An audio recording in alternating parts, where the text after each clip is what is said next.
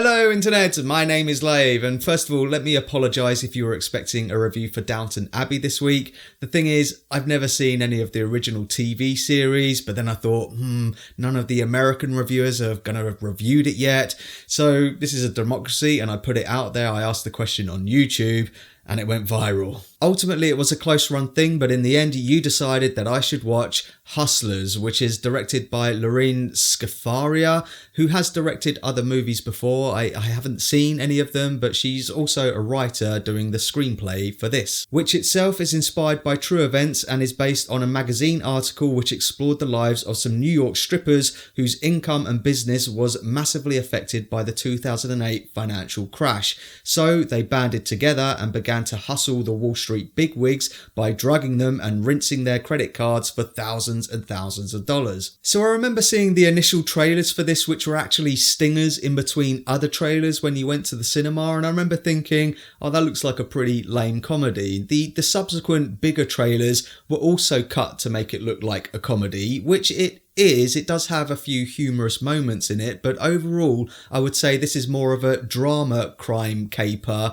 a rags to riches story in the same vein as Blow or American Made, where the characters get more audacious and more extravagant the deeper they get into their scam. The film does have two great central performances. You've got Constance Wu as Destiny, the main character, who is new to the game and is just trying to earn a bit of money to look after her grandma at first, but then gets taken under the wing of Romana, played by Jennifer Lopez, who gives a commanding performance to match her commanding character. There are other strippers and characters that end up joining their crew, but they do feel a bit superfluous and maybe could have benefited from a bit more character development, other than she's the one with her boyfriend who's a bit clingy and a bit of a drip. She's the one who pukes up whenever she gets nervous, and she's the one who's got a bit of a drug problem. They're essentially all in it for the money, but it is interesting how the film makes the comparison and how they moan at the Wall Street bigwigs for making all of this money and stepping on the little guy when that's exactly what they become. The through line of the film is the friendship between J-Lo and Wu as they are forced to adapt their business model, as they call it, in the wake of the banking crisis, with J-Lo showing no moral restraint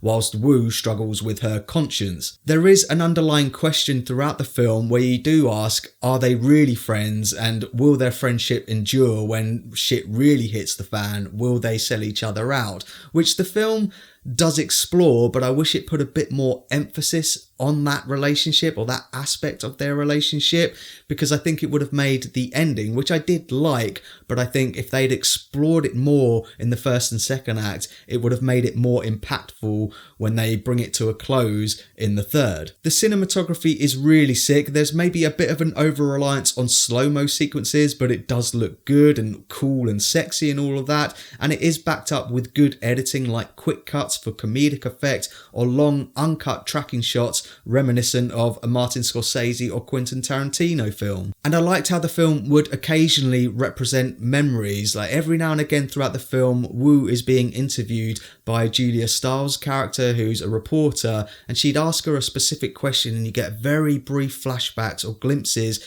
into Wu's memory of a particular situation, which gives you a real glimpse into her psyche. The film is set throughout the noughties, so the music choices are a reflection of that, with loads of references to pop icons of that time, including one cameo which I felt was a bit indulgent. But they do make some interesting choices with regards to the sound design outside of the musical choices. For example, there is a moment when a name gets bleeped out in a kind of Kill Bill-esque way when Beatrix Kiddo, for example, is mentioned in Kill Bill. They do the same thing in this, and I'm not entirely sure why. There might be a legal ramification as to why they left the name out, this being a true story and all of that.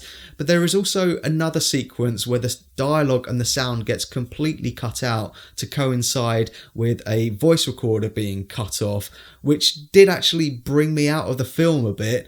But I really like the fact that they were trying something different. Like I say, this film really did remind me of films like Blow, American Made and Black Mass. If you like those types of films, you will like this. It's following a very similar formula, but it's still a really solid, engaging watch. So that's my thoughts on Hustlers, and pause the video if you want to take a closer look at my enjoyment tracker now. I guess what sets this film apart to those other films that I mentioned is that it is more recent, or at least the events that when it happened was more recent. So it isn't another kind of like 80s throwback or beyond that. I mean, in a way, I'm kind of glad that it wasn't set in the 90s, because then the musical choices would have been all Spice Girls and girl power and all of that.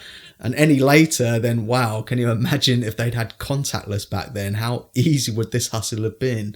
Yeah, thank God for that. But let me know what your thoughts are if you've seen it down below. I'll be attending the London Film Festival soon, so keep an eye out for plenty more reviews coming your way. In the meantime, thanks for watching this review. If you can, give it a like and don't forget to share the lave.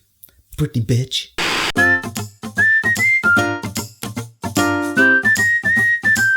Subscribe.